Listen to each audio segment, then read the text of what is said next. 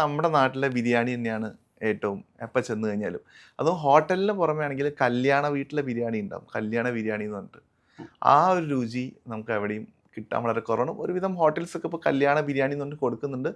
എന്നാലും കല്യാണ വീട്ടിലത്തെ ആ ഒരു പവറിൽ കഴിക്കുന്ന ബിരിയാണി ഉണ്ടല്ലോ, അത് വേറെ തന്നെയാണ്. അതിപ്പോൾ ആരോട് ചോദിച്ചു കഴിഞ്ഞാലും കല്യാണ വീട്ടിലെ ബിരിയാണി ഒരു പ്രത്യേക മെമ്മറി തന്നെയായിരിക്കും. തീർച്ചയായും.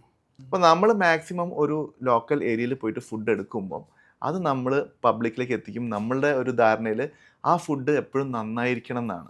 തീർച്ചയായും. നോർമലി സംഭവിക്കുന്നതെന്ന് വെച്ച് കഴിഞ്ഞാൽ നമ്മളിപ്പോൾ ഏതെങ്കിലും ഒരു നോർമൽ ഒരു ചെറിയ ഷോപ്പ് നമ്മൾ ആരെങ്കിലും വീഡിയോ ചെയ്ത് ക്ലിക്കായി കഴിഞ്ഞാൽ അവിടേക്ക് ക്രൗഡ് വരും.